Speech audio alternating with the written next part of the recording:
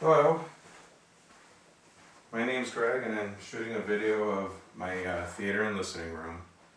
When I was designing this room or thinking about how to put it together, and originally this is my second theater room, I started putting together my first one about 8 years ago and found it useful to watch videos of other people's setups to get ideas, and I just thought it was neat to see what other people did, what they wanted, what their goals were, and everything. So I just thought I'd do the same thing.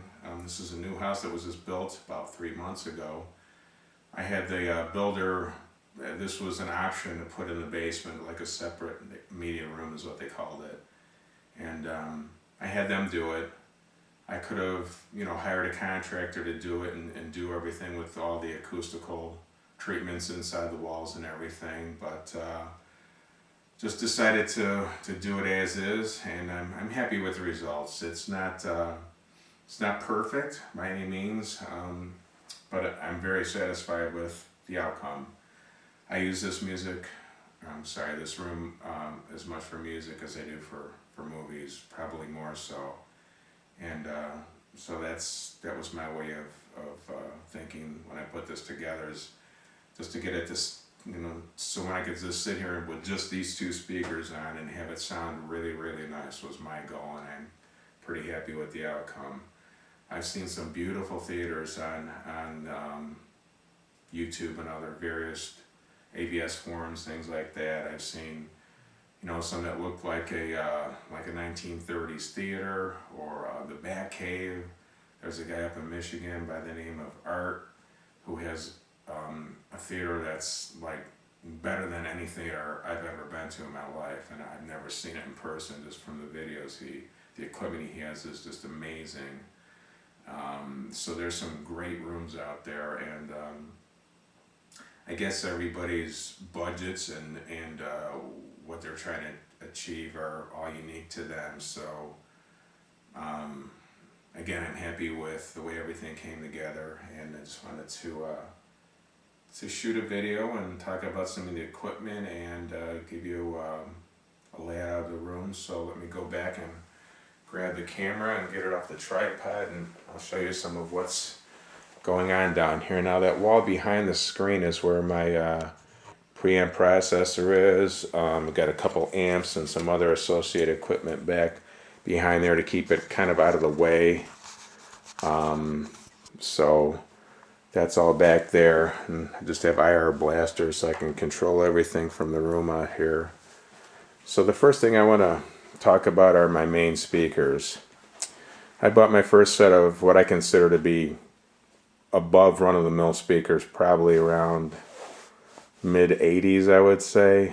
They were Ohm Walsh 2s, and I've had a lot of different speakers over the years in and out of various rooms, and was very intrigued after reading about these Aerial Acoustic, 7Ts in particular. They're from a very small company just outside Boston, and Michael Kelly is the chief designer, and I tell you, he knocked that out of the park with these. Is over the Green Monster, if you use a bad sports analogy. Like I said, I bought them using, never having heard them, and these things are not going anywhere. Trust me, I can't ever see the need to upgrade these speakers. They're beautiful. The cabinet work is great. Those cabinets are actually 7 layers. I believe I heard somewhere where he took like 3 or 4 years to design these speakers, between the cabinets, the crossovers, the drivers. He wanted everything to be right, and again, I think he did a fantastic job, because yeah, these things sound really, really nice. I've heard a lot of speakers over the years, and I've heard better than these, but they were $30,000-$40,000 and up, and I think I might get thrown out of my house if I spent 40 grand on speakers. These were a lot, about an eighth of that delivered to my house, so I can't complain. I've always liked Macintosh amplifiers. I heard my first one back in the mid 70s and just thought it was great, and so I bought that used as well. It's an MC252, 250 watts per channel, which is more than enough to drive these aerials. And some people will tell you that all amps sound the same, and I respect that. I mean, everybody's got their own opinion. Everybody talks about science and double-blind tests, but I'm telling you, I'm keeping this thing until forever, and my son will get it after I'm worm food, if you'll pardon the expression. It's a great amp. It sounds fantastic. It has a tube-like warmth quality to the mid-range. The bass that it puts out to those aerials is very clean. So that's not going anywhere either. That is an aerial center channel speaker. They don't make ones that match the 7Ts, but I used to have a Definitive Technology speaker that was actually bigger than that one, but this thing blows its doors off as far as how well you can hear. The clarity of the dialogue is where I'm going with that. Again, I don't feel the need to ever upgrade that. Again, I'm a big music lover, and so I bought the Alpo BDP 105 with the built-in DACs that are, I forget which ones they are, but anyway, it was probably a little bit overkill, but again, another piece that I'm real happy with. And then that it's just a little power conditioner underneath that, and then all the way down on the bottom, that kind of silver plated piece is a Sony HAP Z1ES. I don't know how well you can see the screen there, but that is a network to audio player. It'll play any kind of file you throw at it, and it'll upconvert it to DSD, and I'm real happy with that as well. And obviously there's the other Aerial 7T. Get a little bit maybe closer on the cabinet. Oops, not that close.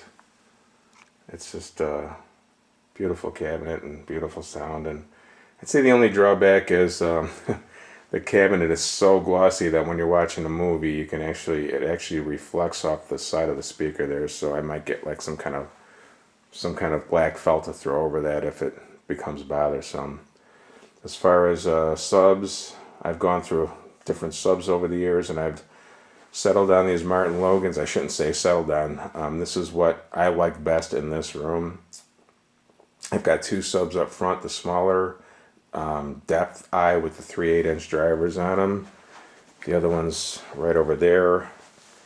That just where I've got them placed seemed to work out the best in this room.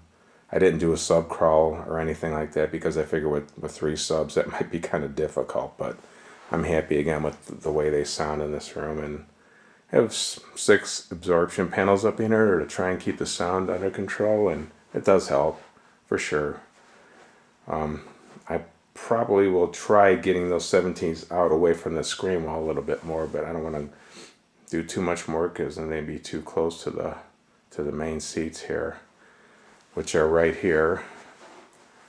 Just have 3 seats for now and 3 bar stools in the back. Those bar stools will be replaced by a riser and 4 seats someday, but we just bought this house, so that's going to be someday. Another set of used aerial acoustic speakers by the main for the main sides. And then coming around towards the back, has some Definitive Technologies, which I used to have all Definitives and still like them and everything, but the aerials are just can't be beat. I mean, so let me come around this way, get a little bit better of a shot maybe. Those are the BP VX, I believe. And I still kept these used to be my main speakers some years back, 7001. So for the rears in the theater, they're more than good enough. And then there's my last but not least Martin Logan sub. Also have Martin Logan speakers up in the ceiling. Right now they're just connected to the high and wide channels. I'll do some kind of Atmos DTS-X Oro 3D someday. But for right now, I'm holding off on that to kind of see how all that shakes out. I don't need another beta machine or anything like that. Let's put it to you that way. So I'm going to set this back on the tripod and play some music for you. Roland Orzabal, who I think is a highly underrated musician and producer and songwriter, from the main guy from Tears for Fears, or one of the two main guys, I should say. Did a solo record some years back, I believe it was in 2001, and play you a little something from that and kind of give you an idea. Granted, it's through a camcorder microphone, and but anyway, it's, at least it'll hopefully give you an idea of what I've got going on down here.